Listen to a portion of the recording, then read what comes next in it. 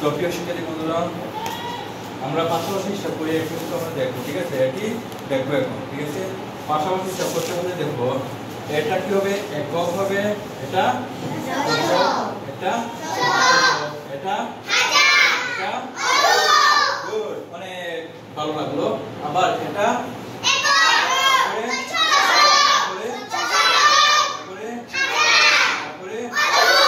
Good, তাহলে তোমরা পারো তো দেখি। হ্যাঁ গুড, অনেক ভালো লাগলো। ওকে, এবার দেখো শূন্য, এই শূন্য যোগ করলে কত হবে? এই শূন্যের সাথে এই শূন্য যোগ করলে কত হবে? শূন্য হবে। ওকে, এই শূন্যের সাথে এক যোগ করলে কত হবে? ওকে, তাহলে আমি এককে করে লিখবো এর। ওকে, হ্যাঁ এবার দেখো দশক, এই শূন্যর সাথে এই 7 যোগ করলে কত হয়? সবাই বলতে হবে 7 হবে। এই 7 এর সাথে এই 9 যোগ করলে কত হয়? 7 এর সাথে 9 যোগ করলে সবাই বলতে হবে কত? 16 না? 16, তাহলে 16 কত বসবে?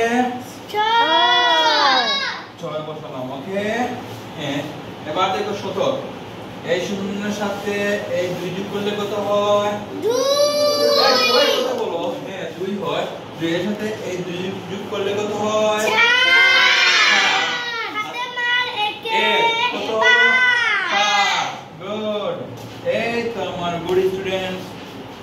এবার দেখো এই শূন্যের সাথে এই 6 যোগ করলে কত হয়? 6।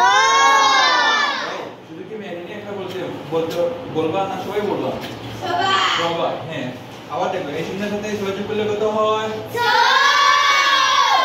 জায়গা এখানে শিখে চলে যাবো আমার পাশায়। হ্যাঁ তো এই 6 এর সাথে 8 যোগ করলে কত হয়? হ্যাঁ 14। 14 কি হাতে রেখে আছে? ভালো করে লক্ষ্য করো, হাতে এক আছে? জি না, হাতে এক নাই। ওকে, হ্যাঁ হাতে এক আমার নাই, তাহলে 14 কত বসবো? 4। হাতে থাকলো কত? 1। এবার দেখো এই একে আর এই একে যোগ করলে কত হয়? 2। আর 2 এর সাথে এই 3 যোগ করলে কত হয়? আর সাথে রেখে গুড। এভাবে তোমরা পাশাপাশি অঙ্কগুলা করবা, ঠিক আছে? হ্যাঁ, তাহলে ভুল হওয়ার সম্ভাবনা থাকবে না। ওকে, এবার পারবা পাশাপাশি যোগ?